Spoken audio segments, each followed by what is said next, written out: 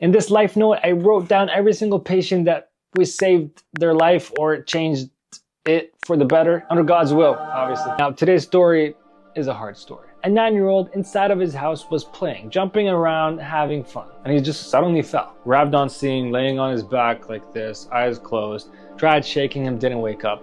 Nothing happened. Obviously, he was playing around, so I was asking the mom, like, what happened? Did he fall? Did he hit his head? Did anybody in, you know? The entire house was filled with a lot of mattresses. It was kind of safe. No injuries, no, like, blood. He's just unconscious. Now, obviously, I asked, does he have any medical issues, stuff like that? I was thinking maybe diabetic, something that causes him to lose consciousness. And what he had was a lot of heart conditions. So I lifted up his shirt, and this 9-year-old had an open heart surgery. Kids, when they're born, their hearts are usually fresh. We rarely have like a lot of medical problems unless they're born with like a genetic condition. So I checked the vital signs, blood pressure, oxygen, he's breathing well, everything else is okay. I did a 12 lead on this kid, like a 3D image of his electricity of the heart.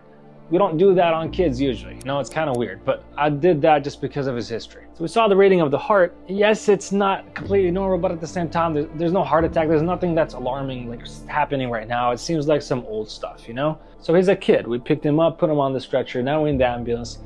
I don't know, like we're just checking everything we could check, but we can't find anything that's wrong. So it's just like, I don't know. I'm just thinking, you know? The entire ride on the ambulance, I was looking at the kid. I was just like thinking, what's going on? You know, what's wrong with him? What's going on? At that time, my partner was giving the patient an IV. We're not giving him anything right now. It's just because he's in a kind of a critical state. We just want that access just in case he goes down and, you know, we need to give him something in the future. It's a common practice that we do. So while my partner was giving him an IV, I was just looking at the patient, just trying to think what the hell's going on. Why is he unconscious? I was looking at him and he started to tear. You know what that means? Means that he felt the pain of the IV. So he's not fully unconscious. He just can't move. And this is like a full-on Sherlock Holmes moment. I was looking at him, I was like, my God, I'm a genius. What? Is this real? Because I tried pinching him back in the house, nothing happened. Like, did he really feel that? Like, what? And I kid you not, I swear, during that time, I guess like a week ago or a few weeks ago, before this patient, I was listening to this audiobook, and this book is one of the best books that I've ever read or heard, I guess, in my life. It's a story that's called Ghost Boy. A story about a kid that was in a coma and then basically woke up after the coma. But he can't move a muscle. And everybody around him didn't know that he's trapped inside his own body.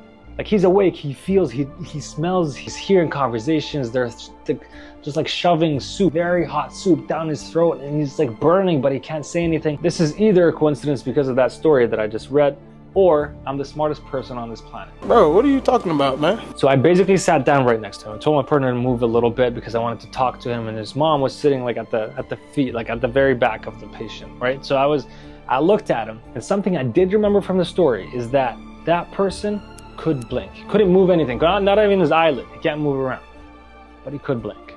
So I looked at him, I was like, if you can hear me, blink twice. He literally blinked twice. And then he started crying again because he was getting emotional. And I was getting emotional too. And the mom at the very end, she was like kind of like overhearing it. And then I was like, try to move your right hand. I looked at his right hand and he was paralyzed, but like it was shaking a little bit. He was trying to move it. Then I was like, blink 3 times, and he blinked 3 times. He was literally trapped in his own body.